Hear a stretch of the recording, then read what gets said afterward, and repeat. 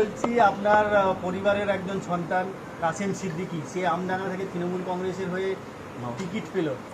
কাসেম কাসেম যে আমাকে চাচা বলে পরিচয় দেয়, যার আমি বাপের সমতুল্য, দুদিন আগে বলেছিল আপনি তৃণমূলের কথা খেয়েছেন, খেয়ে খেয়ে জুম্মিটা হয়ে গেছে। ওই কাসেমের কথা বলছেন? ওই কাসেমকে তৃণমূলে কত দুর্দিন, একটা চাণক্য মুখ্যমন্ত্রী ভারতবর্ষের, তৃণমূলের এত দুর্দিন এসে গেল যে কাসেমের মতন লোককে প্রার্থী করতে হচ্ছে। যে কাসেম দাঁড় করিয়ে হাওড়া জেলায় আনিস খায়ের এতে ববি হাকিমকে বেইজ্জতি করলো, ববি হাকিমকে বেইজ্জতি করলো।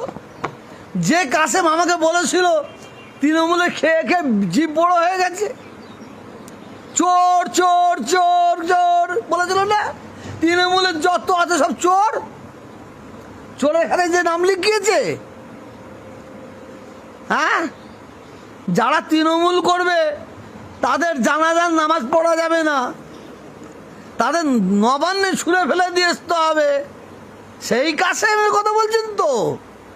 হ্যাঁ, আর সেই কাসেমকে আমডাঙ্গার মানুষ মেনে নেবে? আমডাঙ্গার মানুষ ছাগল নাকি? ওসব অমানুষগুলো বসে আছে নাকি? অমানুষগুলো বসে আছে। যদি কাসেম আমডাঙ্গা থেকে জিতে আসে তাহলে জানতে হবে মানুষের সংখ্যা আমডাঙ্গায় খুব কম আছে, আপনার কি মনে হয় অমানুষের সংখ্যা বেশি আছে। আপনার কি মনে হয় ওখান থেকে কাসেম জিততে পারবে না? 100%।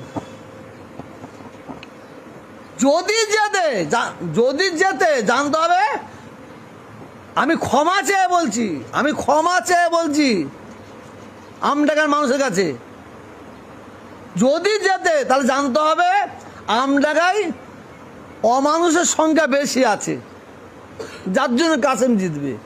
আর মানুষের সংখ্যা যদি বেশি থাকে কাসেম জিততে পারে না। কাসেম সম্পর্কে আমডাঙ্গার মানুষ জানে, আমার নাম ধরে বলছি, ও ফুরফুরা শরীফের কলঙ্ক, ও ফুরফুরা শরীফের কলঙ্ক, ও মানে পীর আবু বকর সিদ্দিকী রহমাতুল্লাহ আলাইহির ফ্যামিলির কলঙ্ক। লজ্জা করা দরকার, বিহায়া নিলজ্জা। তুই পার্টি করবি কর, এত অসুবিধা নেই।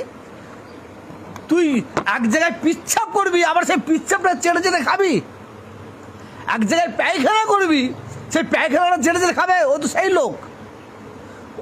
সেই লোক, তার প্রমাণ হলো তো।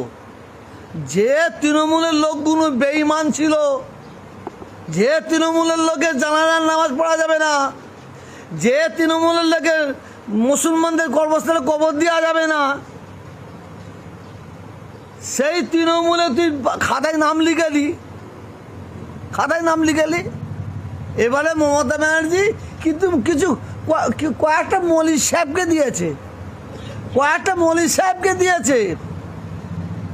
সাহেবকে দিলে মুসলমানদের মন জয় হয়ে যাবে? অত সহজ নাই।